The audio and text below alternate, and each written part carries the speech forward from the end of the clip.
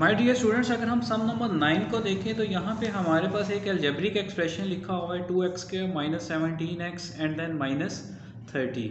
अब हमने फैक्टराइजेशन करनी है। फैक्टराइजेशन किस मेथड से करनी है? हमने मिड टर्म ब्रेक करके हमने फैक्टराइजेशन करनी है। ठीक है, तो सबसे फर्स्ट वाला स्टेप क्या है कि हमने फर्स्ट टर्म को और जो सबसे लास्ट वाली टर्म है उन दोनों को हमने क्या करना है, आपस में मल्टीप्लाई कर देना है और विथ साइन हमने मल्टीप्लाई करना है। तो अगर 2x² को अगर हम -30 के साथ मल्टीप्लाई करें तो 32 का क्या होता है 60 और साथ क्या आ जाएगा x²। तो हमारे पास यहाँ पे रफ वर्क में आ जाएगा -60x²। अब हमने यहाँ पे लिख लिया -60x²।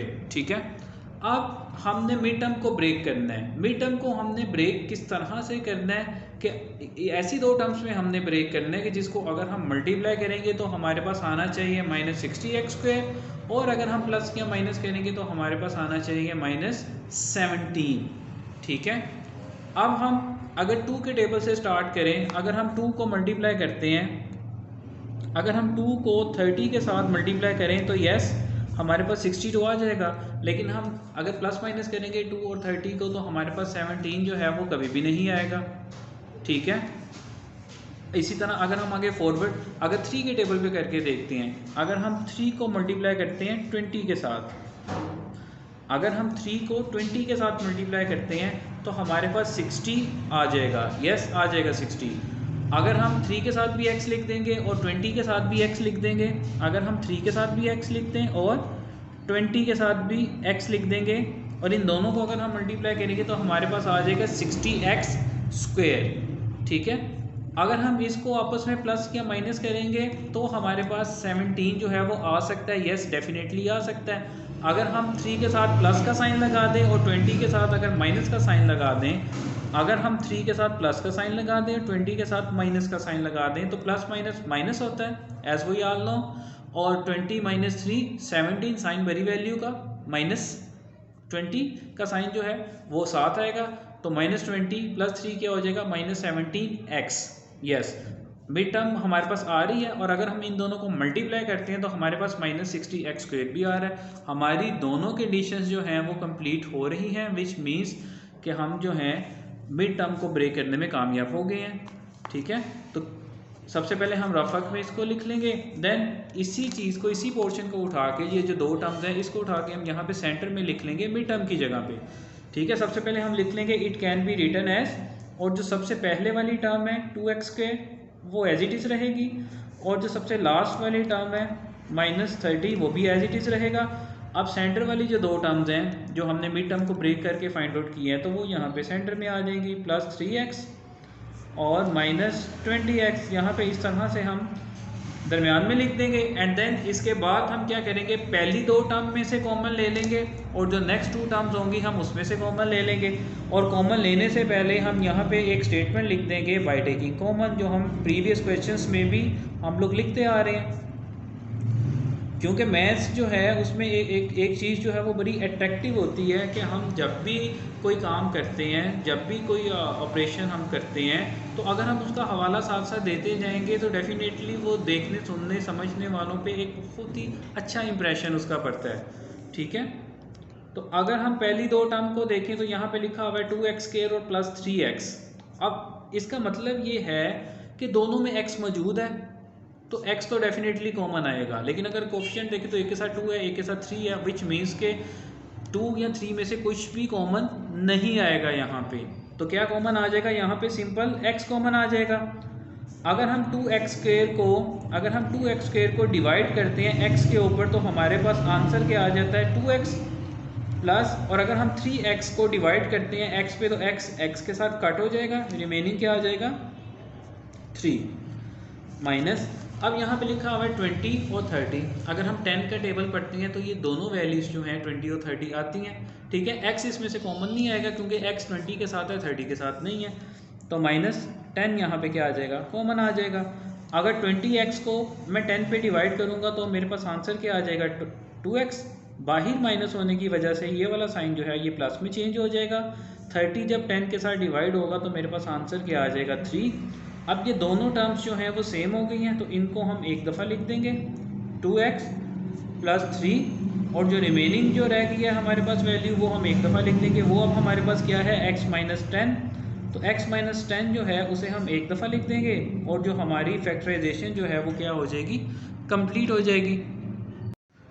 So my dear students, अगर हम सम नंबर 10 को देखें तो यहाँ पे हमारे पास एक अलजेब्रिक एक्सप्रेशन लिखा हुआ है 3x² minus 10xy plus 8y²।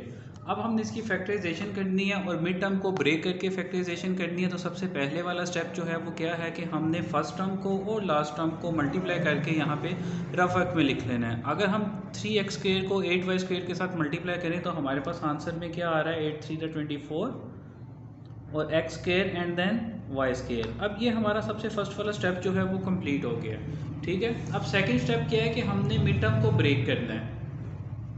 अब मिड टर्म को हमने जब ब्रेक करना है तो हमने दो टर्म्स में इसको ब्रेक करना है। वो दो टर्म्स कौन सी होंगी, वो दो टर्म्स ऐसी टर्म्स होंगी जिनको अगर हम मल्टीप्लाई करेंगे तो हमारे पास आ जाएगा 24x² y², ठीक है। और अगर हम प्लस या माइनस करेंगे तो हमारे पास आ जाएगी मिड टर्म जो कि है -10xy।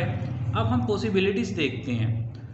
अगर हम 2 के टेबल से स्टार्ट करें, अगर हम 2xy को अगर हम मल्टीप्लाई करते हैं, किसके साथ मल्टीप्लाई करते हैं, 12xy के साथ, तो हमारे पास आंसर में क्या आ जाता है, 24x² और y²। तो एक कंडीशन हमारी कंप्लीट हो रही है यहाँ पे, ठीक है।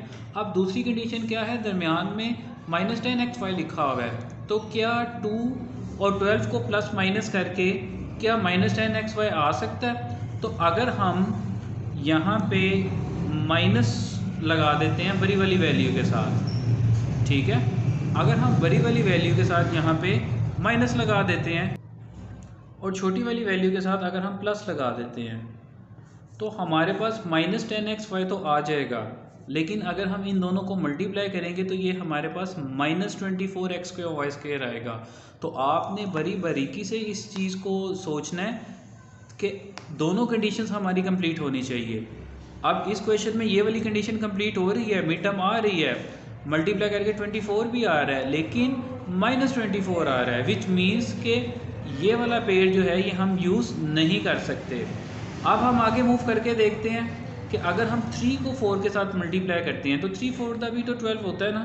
3 को अगर हम 4 के साथ मल्टीप्लाई करें तो 12 होगा, लेकिन अगर हम 3 में 4 प्लस करें या माइनस करें तो किसी सूरत भी 10 नहीं आ सकता। अब इससे आगे हम चलते हैं 5 के टेबल पे, जो है वो 24 नहीं जाएगा, सॉरी 3/4 ये नहीं आएगा इसमें, क्योंकि हमें 24 चाहिए। अगर हम 4 के टेबल को देखें और 4 को अगर हम 4xy को अगर हम मल्टीप्लाई करें 6xy के साथ तो 4 6 24 और x² आ जाएगा और साथ क्या आ जाएगा, y², ठीक है। 24x² y² आ रहा है, एक कंडीशन यहाँ पे हमारी कंप्लीट हो रही है। लेकिन दूसरी कंडीशन क्या है कि दोनों को अगर प्लस माइनस करें तो -10xy आना चाहिए। तो अगर हम इन दोनों के साथ माइनस का साइन लगा दें, ठीक है, तो माइनस माइनस क्या होता है, प्लस, लेकिन साइन माइनस का ही आता है। तो -4xy किसके इक्वल होता है, -10xy के इक्वल होता है, ठीक है। और अगर -4xy को -6xy के साथ मल्टीप्लाई करेंगे तो माइनस जब माइनस के साथ मल्टीप्लाई होता है तो प्लस में चेंज हो जाता है, तो हमारे पास 24x के y² जो है आ जाएगा। इट मीन्स कि हमारी जो दोनों कंडीशंस है वो यहाँ पे कंप्लीट हो रही हैं। तो इसे हम ऐसे टिक लगा देंगे रफ वर्क में, क्योंकि यही वो मिड टर्म को ब्रेक करके दो टर्म्स आई हैं जो हमारी यूज़ होंगी यहाँ पे इस क्वेश्चन के अंदर। तो सबसे पहले हम यहाँ पे लिख देंगे it can be written as 3x² आ जाएगा, पहले वाली वैल्यू लिख लेंगे और लास्ट वाली वैल्यू लिख लेंगे। देन जो मिड टर्म को ब्रेक किया हुआ है हमने, इसको एज इट इज़ उठा के हम यहाँ पे लिख लेंगे। तो हम क्या लिख लेंगे अब, -4xy और -6xy, -4xy -6xy। अब हमने क्या करना है, हमने कॉमन लेना है। कॉमन हमने किस तरह से लेना है कि पहले जो दो टर्म्स हैं उसमें से हमने कॉमन लेना है और जो नेक्स्ट जो 2 टर्म्स होंगी उसमें से हमने कॉमन लेना है। और हम जो भी स्टेप करने लगे हैं वो हमने यहाँ पे लिखना भी है कि बाय टेकिंग कॉमन, जिसका मतलब क्या है कि हम अब क्या करने लगे हैं, कॉमन लेने लगे हैं। अगर हम यहाँ पे देखें पहली 2 टर्म्स को तो यहाँ पे 3 है, दूसरी टर्म में 4 है, दोनों एक ही टेबल पे नहीं जाते, विच मीन्स कि यहाँ पे 3 4 में से कुछ भी कॉमन नहीं आएगा, ठीक है। y इसके साथ है 4 के साथ 3 के साथ नहीं है, विच मीन्स के y भी नहीं आएगा, लेकिन x एक ऐसा वेरिएबल है जो दोनों में मौजूद है, तो x यहाँ पे क्या आ जाएगा, कॉमन आ जाएगा। लेकिन कौन सा x कॉमन आएगा, जो पावर में छोटा है वो x कॉमन आ जाएगा। अब 3x² को जब हम x के साथ डिवाइड करेंगे तो हमारे पास आंसर क्या आ जाएगा, 3x माइनस 4xy को जब हम x के साथ डिवाइड करेंगे तो x के साथ कट हो जाएगा, आंसर क्या हमारे पास आ जाएगा 4y माइनस। अब यहाँ पे x जो है वो एक टर्म में है, एक टर्म में नहीं है, विच मीन्स के x जो है वो कॉमन नहीं आ सकता, y दोनों में मौजूद है, तो स्मॉल पावर वाला y जो है वो कॉमन आएगा। लेकिन y के साथ हमने ये देखना है कि ये जो 2 डिजिट्स लिखे हुए हैं, जो कोएफिशिएंट लिखे हुए हैं, क्या ये भी कॉमन आ सकते हैं। तो यस, 2 का टेबल एक ऐसा टेबल है जिसपे 6 भी डिवाइड हो रहा है और 8 भी डिवाइड हो रहा है, तो यहाँ पे हम साथ क्या लिख देंगे, अब 2y लिख देंगे। तो 6xy को जब हम 2y पे डिवाइड करेंगे, y के साथ कट हो जाएगा, 2 1 दा 2, 2 3 दा 6, तो आंसर हमारे पास क्या आ जाएगा, 3x आ जाएगा। ठीक है, वाहिद माइनस होने की वजह से अंदर साइन चेंज हो जाएगा, माइनस 8y² को जब हम 2y पे डिवाइड करेंगे तो 2 1 दा 2, 2 4 दा 8, 4 आ गया। अब y इस जो y² का मतलब ये है कि 2 y हैं, तो एक y जो है वो इस y से कट हो जाएगा, तो रिमेनिंग यहाँ पे एक y जो है वो बाकी रह जाएगा। अब ये दोनों टर्म्स जो है वो हमारी सेम आ गई हैं, जो सेम है उसको हम एक दफ़ा लिख लेंगे और जो सेम नहीं है उसको हम यहाँ पे एक दफ़ा लिख लेंगे। तो इस तरह से क्या होगा, हमारी फैक्टराइजेशन जो है वो कंप्लीट हो जाएगी। और इसी के साथ ही सम नंबर 10 कंप्लीट होने के साथ ही हमारी जो एक्सरसाइज नंबर 2.12 है वो हमारी यहाँ पे कंप्लीट हो जाती है। तो माय डियर स्टूडेंट्स, अगर आपको मेरी कोशिश पसंद आए तो आप मेरे इस चैनल को सब्सक्राइब करें और अपने फ्रेंड्स के साथ, अपने कज़न्स के साथ, अपने टीचर्स के साथ आप इसको शेयर करें, ताकि हमारी भी हौसला अफजाई हो और मैं इसी तरह से आपके लिए वीडियोस बनाता रहूँ। Thank you.